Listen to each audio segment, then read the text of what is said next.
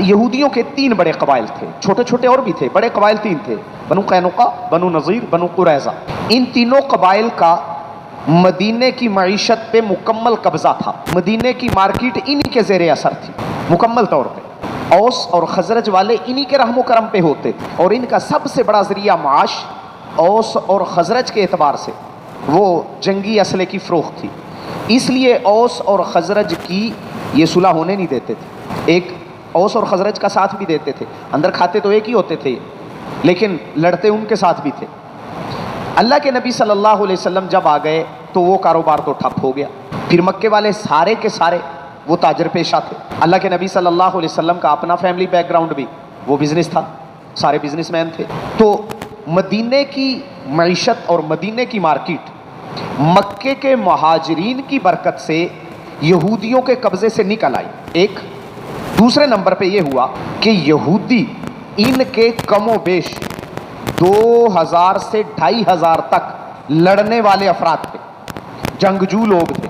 اس وقت مسلمانوں کی کل تعداد، یا کچھ لوگوں نے یہ کہا ہے کہ مسلمانوں کے لڑنے والے افراد کی تعداد 1500 تھی، اب کہاں 2500، جن میں 1500 یا 1800 وہ گوریلا تھے، گوریلا فورس تھی ان کی۔ لیکن نبی صلی اللہ علیہ وسلم کی پالیسی دیکھیں، اللہ کے نبی صلی اللہ علیہ وسلم نے میثاق مدینہ، سب سے پہلا دنیا کا تحریری دستور، وہ میثاق مدینہ امن معاہدہ انہی کے ساتھ کیا۔ مدینے کا 20 مربع کلومیٹر کا ایریا، یہ اس امن معاہدے کی وجہ سے مکمل طور پر امن کا گہوارہ بن گیا۔ جب 20 مربع کلومیٹر میں امن ہو گیا، نبی صلی اللہ علیہ وسلم نے اپنا اثر و رسوخ بڑھانا شروع کیا، پیغمبرانہ حاکمانہ نہیں۔ مستشرقین، یورپ والے، امریکہ والے، غیر مسلم، وہ کہتے ہیں کہ مدینے جا کے یکدم بدل کے وہاں بادشاہ بن کے سامنے آئے، نہ ایسا نہیں، بادشاہ بن کے نہیں، پیغمبرانہ شان کے ساتھ اللہ کے نبی صلی اللہ علیہ وسلم نے اثر و رسوخ بڑھانا شروع کیا۔ وہ پیغمبرانہ شان کیا تھی؟ مکمل طور پر مدینے کی سربراہی حیثیت کے باوجود، مکمل طور پر مدینہ والوں کے سربراہ بننے کے باوجود یہودیوں کو وہاں سے نہیں نکالا تھا جب تک کہ انہوں نے خود پنگے نہیں لینا شروع کیے تھے، وہ مکمل امن کے ساتھ رہ رہے تھے۔ اس لیے نبی صلی اللہ علیہ وسلم نے اثر و رسوخ بڑھایا پیغمبرانہ۔ سریہ حمزہ سب سے پہلا تھا، سریہ عبیدہ بن حارث دوسرا تھا، جس کو سریہ رابغ بھی کہتے ہیں، سریہ سیف البحر سریہ حمزہ ہی کو کہتے ہیں جو پہلا تھا۔ تیسرے نمبر پہ سریہ سعد بن ابی وقاص تھا، یا جس کو سریہ خرار کہتے ہیں۔ چوتھے نمبر پہ پھر اللہ کے نبی صلی اللہ علیہ وسلم خود گئے تھے، ابوا۔ پانچویں نمبر پہ سریہ تھا، سریہ عبداللہ بن جحش۔ پھر اس کے بعد نبی صلی اللہ علیہ وسلم کا سلسلہ جاری رہا۔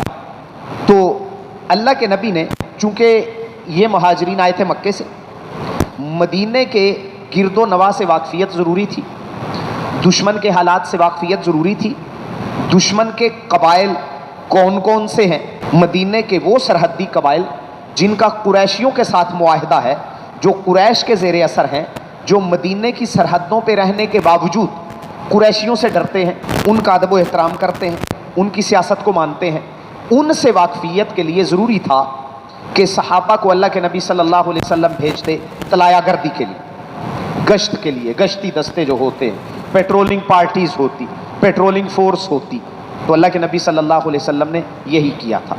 غزوہ سریہ سیف البحر یا سریہ حمزہ اسی مقصد کے لیے تھا، صرف دشمن کو مرعوب کرنا، حالات کی سنگن لینا۔ اسی وجہ سے 30 مسلمان اور مقابلے میں ابو جہل کا 300 کا لشکر، لڑائی نہیں ہوئی تھی۔ مجدی بن عمر جوہنی نے بیچ بچاؤ کروایا تھا، یہ اللہ کے نبی صلی اللہ علیہ وسلم کی سفارتی کامیابیوں کا تسلسل تھا۔ یہ تو سلسلہ ہو گیا۔ پھر اب یہ 20 کلومیٹر کے بعد اللہ کے نبی خود جو نکلے، 1 سال تک اللہ کے نبی صلی اللہ علیہ وسلم انہی کاموں میں رہے کہ مدینے کو مضبوط بنائیں، معاشی طور پر، اقتصادی طور پر، اندرونی طور پر، داخلہ پالیسی، خارجہ پالیسی، یہ ساری جب محفوظ ہو گئیں، مسلمانوں کے مکمل طور پر قبضے میں آ گئیں، پھر اللہ کے نبی صلی اللہ علیہ وسلم نے خود مدینہ چھوڑا 15 دن کے لیے۔ سب سے پہلے اللہ کے نبی صلی اللہ علیہ وسلم جو نکلے وہ ہجرت کے تقریباً 11 مہینے بعد، 11واں مہینہ بھی گزرنے کے قریب تھا، اس لیے کچھ نے اس کو 2 ہجری کہا ہے، 2 ہجری کی بالکل ابتدا، یا یکم ہجری کا بالکل آخر.